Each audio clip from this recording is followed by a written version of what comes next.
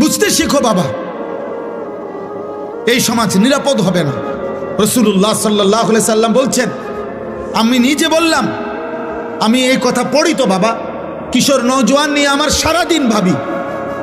রাসূলুল্লাহ সাল্লাল্লাহু আলাইহি সাল্লামের হাদিসের বক্তব্য, কোন সমাজের মধ্যে ছেলে মেয়েদের মধ্যে যদি যৌনাচার বেড়ে যায়, সবাই যদি বেহায়া হয়ে যায়, খোদার কসম, নবীর হাদিসের ভবিষ্যৎবাণী, ওই সমাজের বংশ, ওই নামাজের নারীর সতীত্ব ঘরকে ঘর আর নিরাপদ থাকে না। প্রত্যেকেই তো তখন কোনো না কোনোভাবে সুযোগ তালাশ করে বেবিচারের।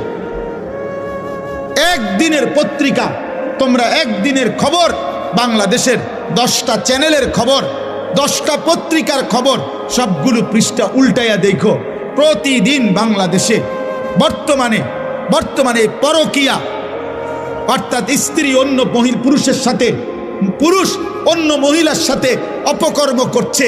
আর এই কারণে প্রতিনিয়ত খুনাখুনি, মারামারি কি পরিমাণ হচ্ছে প্রতিদিন তুমি দেখো, তোমার বিবেক থাকলে।